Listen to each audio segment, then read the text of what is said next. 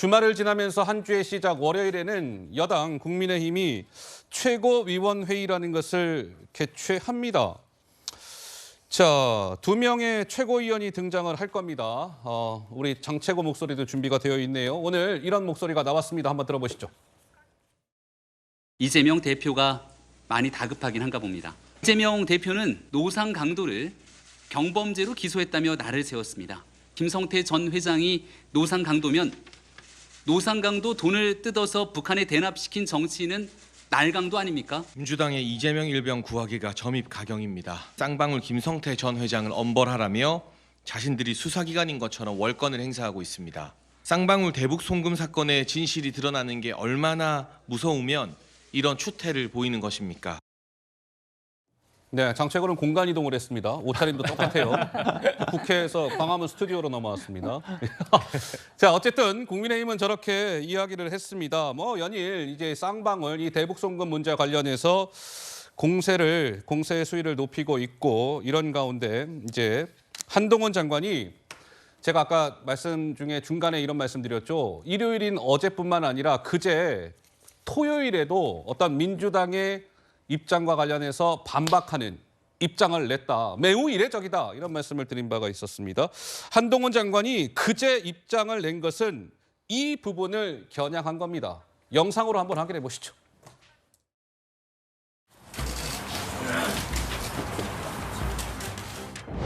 이 정부 들어서 그게 좀 심해요.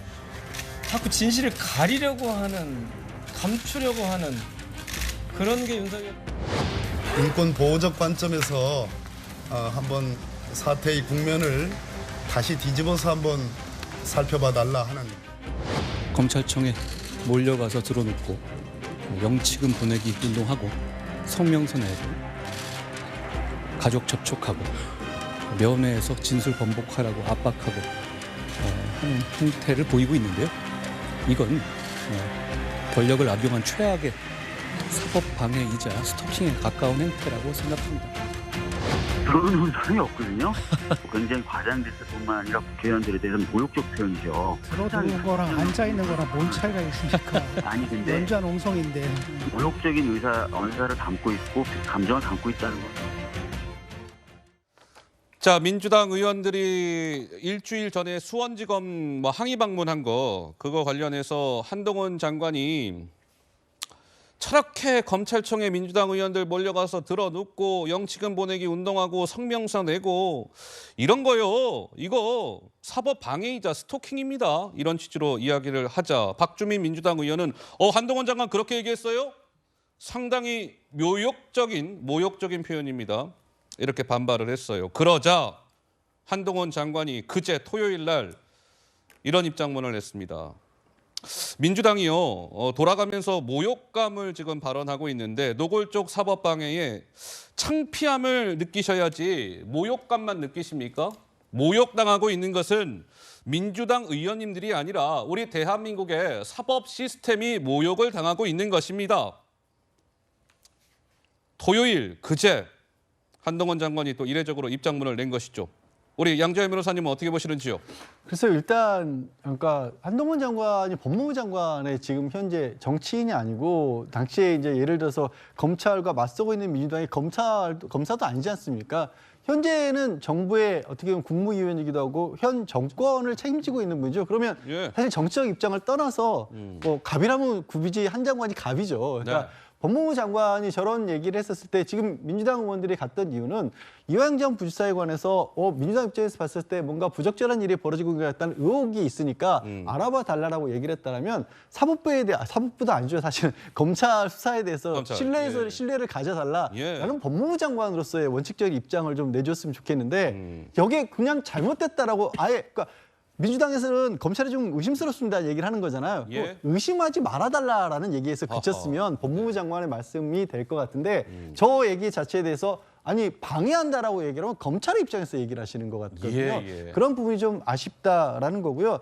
이게 거듭 말씀드리지만 이게 모욕죄다 창피합니다 이런 걸 떠나서도 민주당에서 영치금 보내기 운동 제가 알기로는 민주당에서 하고 있는 건 아닌 걸로 알고 있거든요. 그러니까 어떻게 민주당을 지지하는 사람들의 움직임이나 이런 분들과 당 차원의 운동은 또 다른 건데 네. 자꾸 이제 정치적으로 스스로도 나서서 말씀을 하시다 보니까 전체적으로 저렇게 뭐 상대 진영에 대한 공격이 되는 것으로 보여요. 네, 김현주 대변인님. 이 뭐 감으로 하면 되겠습니까? 이제 수사나 뭐 정치도 다 마찬가지입니다만 이 모욕감이라고 하는 것은 감정이잖아요. 감정. 감정이죠. 감정을 다루면 네. 안 되죠. 사실관계를 명백히 밝히는 게 이제 수사인데 지금 저기 가서 앉으신 네 분 중에 한 분은 직전 법무부 장관이었습니다. 박범계 의원. 한 분은 검사 출신, 한 분은 판사 출신이에요. 그럼 다 법조인들이잖아요. 근데 네. 거기 가서 앉아서 인권 탄압이 있었는지를 알아보려고 한다라고 얘기하는 것은 자기 부정에 다름없다. 저는 이제 그렇게 생각합니다. 아니 우리 사법 시스템이 그렇게 만만합니까? 절대 그렇지 않잖아요. 예. 그리고 실제로 이화영 전 부지사가 지난 9월 28일에 이제 구속이 됐으니까 약 10개월 정도 감옥에 있는 사실은 맞습니다. 왜냐하면 범죄가 있으니까 이제 구속돼서 수사를 받는 거 아니겠습니까? 예. 재판도 받고 기소도 되고. 그런데 이렇게 하고 있는 도중에 뭐 어디에 갇혀 있어서 외부 내용을 잘 모른다. 그 부인도 그런 얘기를 하시더라고요. 예, 예. 갇혀있기 때문에 뭘 잘 모른다라고 이야기하는 것은 이화영 전 부지사 입장에서는 굉장히 그 자체가 좀 모욕감이 들지 않을까 싶어요. 어허. 왜냐하면 본인이 국회의원도 하시고 대북 창구에 있어서 결정적 역할을 하신 분이고 예. 변호인 접견을 180회나 했는데 본인보다 그 사건에 대해서 잘 알고 만약에 인권 탄압이 있다면 그에 대해 자기 의견 표명 얼마든지 할 수 있는데 예. 이에 대해서 인권 탄압이라 이야기하고 가서 함께 스크럼 짜고 앉아있는 그 모습이 과연 어떨까 싶습니다. 자, 이 모욕감이라는 단어가 등장을 했습니다. 기억을 한번 조금 돌이켜보시면 이게 언제입니까? 지난달에도요. 이 한동훈 장관과 민주당 의원들 간에 이 모욕감이라는 단어를 두고 이른바 설전이 좀 있었는데 이 영화의 한 장면이 떠오른다. 뭐 이런 얘기가 나온 바가 있었죠. 영상으로 한번 확인해 보시죠. 한동훈 장관의 고도로 계산된 정치적인 발언 때문에 모욕감을 느꼈다는 의원들이 많았습니다. 저한테 왜 그랬어요? 말해봐요. 저한테 왜 그랬어요? 넌 나에게 모욕감을 줬어. 제 설명 때문에 민주당이 모욕감을 느껴서 방탄을 한 거다라는 취지로 민주당의 대변인께서 말씀하신 것 같더라고요.